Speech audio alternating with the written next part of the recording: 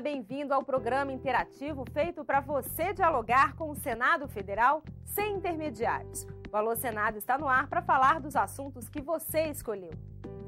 O Marco Civil da Internet, a desestruturação da Polícia Ferroviária Federal, o potencial bélico do Brasil e a qualidade da saúde pública na capital de Pernambuco. O Alô Senado começa agora. O Marco Civil da Internet, que regula o uso da rede mundial de computadores no Brasil, foi aprovado aqui no Congresso e virou lei em abril. O Raimundo Barbosa de Araújo, de São Luís do Maranhão, escreveu ao Alô Senado para dizer que não concorda com a aprovação dessa lei, por achar que ela foi votada rápido demais. Na opinião dele, por conta das eleições, muitos projetos estão sendo aprovados às pressas, sem uma análise cuidadosa. Os parlamentares concordam com o Raimundo? Com a palavra, o senador Cristóvão Buarque. Concordo, Raimundo. Concordo que nós fomos muito apressados em boa parte das leis que nós votamos alguns meses atrás, na pressa para começar a campanha eleitoral, na pressa decorrente da paralisação durante a Copa do Mundo. Por isso, todas essas leis vão ter que ser aperfeiçoadas. Havia uma urgência, sim, desse marco legal da internet, mas a gente vai precisar aperfeiçoar essa lei. Você tem razão.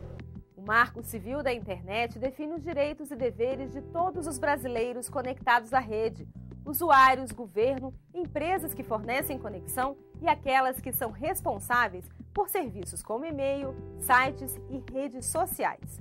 O Brasil foi pioneiro na criação de uma base legal para o uso da internet e está sendo apontado como referência mundial para legislações de outros países que estão sendo debatidas.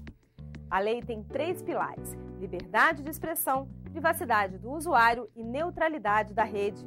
Para entender melhor o Marco Civil da Internet, você fica agora com a matéria do repórter Tiago Tibúrcio. O Marco Civil da Internet garante ao usuário 13 direitos, entre eles a acessibilidade, a manutenção da qualidade da conexão contratada, o sigilo das comunicações, que só pode ser quebrado por ordem judicial, a inviolabilidade da vida privada. O texto também traz deveres aos provedores de conexão, que ficam obrigados a tratar os pacotes de dados da mesma forma, a chamada neutralidade da rede. O princípio evita a cobrança diferenciada por tipo de dado acessado. Sem a neutralidade, a internet vira uma espécie de uma TV a cabo, em que você vai ter pacote premium, pacote básico e pacote simples. O Marco Civil também obriga os serviços de aplicações na internet, como sites e redes sociais, a guardarem por 6 meses dados de acesso dos usuários, como a data e a hora. Os sites também terão que tirar do ar imediatamente conteúdos de nudez após uma pessoa que aparece nas cenas solicitar. Em todos os outros casos, será necessária ordem judicial. Além disso, o provedor não será responsabilizado por conteúdos gerados por usuários. Além disso, o provedor só poderá fornecer a terceiros dados dos usuários se eles autorizarem expressamente. Lá de Juiz de Fora, em Minas Gerais, o João Carlos Silveira Souza fez contato com o Alô Senado para pedir que os parlamentares tomem providências para salvar a Polícia Ferroviária Federal. O João Carlos está indignado com o descaso do governo com a Polícia Ferroviária. Ele conta que essa categoria foi criada por decreto imperial pelo próprio Dom Pedro II. Mas, de acordo com o João Carlos, apesar de ter profissionais concursados e qualificados, essa corporação está hoje totalmente desestruturada. A resposta fica por conta do senador Paulo Paim. João Carlos, infelizmente, no passado, antes da volta da democracia, o sistema ferroviário brasileiro foi aniquilado e optaram por todo o transporte pela via rodoviária. De um tempo para cá, nos últimos 15 anos, eu diria, quase 20, o Brasil começou a pensar de novo na retomada das ferrovias. E o governo, tanto de Lula como do Dilma, e até mesmo os governos anteriores que o antecederam, já começaram a trabalhar nesse sentido. Hoje, se você vai para a Europa, você atravessa toda a Europa de trem. E aqui no Brasil são raras as exceções onde tem o trem à disposição, principalmente de um estado para o outro. Então, nesse aspecto, você fique não tranquilo, mas fique esperançoso que há um movimento muito forte, tanto no Congresso como no Executivo, para valorizar de novo as ferrovias. Se valorizar o sistema ferroviário, consequentemente, os trabalhadores ferroviários serão também valorizados em toda a sua extensão, não só aqueles que fazem a segurança. Mas, nesse caso, claro, tu está preocupado com aqueles que trabalham na polícia ferroviária e também os profissionais rodoviários. Eu acho que se você valorizar todo o sistema ferroviário, todos que fazem a segurança, por extensão, serão valorizados pelos policiais ferroviários, também os próprios policiais rodoviários, além de todos os trabalhadores do sistema, e quem ganha com isso é toda a população. O Brasil poderia se tornar a maior potência militar do mundo? Quem pergunta é o Carlos Jean Pereira Gonzaga, de São Gonçalo, do Piauí. Na opinião dele, o Brasil tem empresários e recursos financeiros suficientes para chegar a essa posição. O Carlos também defende a ampliação do serviço militar como forma de melhorar o potencial bélico do Brasil. O Alô Senado levou a mensagem do Carlos ao consultor legislativo Joanisval Brito Gonçalves. Bom, Carlos, de fato você tem razão. O Brasil tem tudo para se tornar uma grande potência militar. O maior empecilho diz respeito à maneira como a gente vê os brasileiros, como a gente vê a questão de defesa e as questões relacionadas a investimento em defesa. Não há um grande interesse por parte da sociedade e tampouco de segmentos do poder decisório em se investir em defesa. De toda maneira, nos últimos anos, nós temos visto alguns investimentos para o que a gente chama de base industrial de defesa. Isso foi muito incentivado pela Lei 12.598, de 2012, e também pela Política Nacional de Defesa, pela Estratégia Nacional de Defesa e pelo Livro Branco de Defesa, aprovados, analisados recentemente aqui no Congresso Nacional.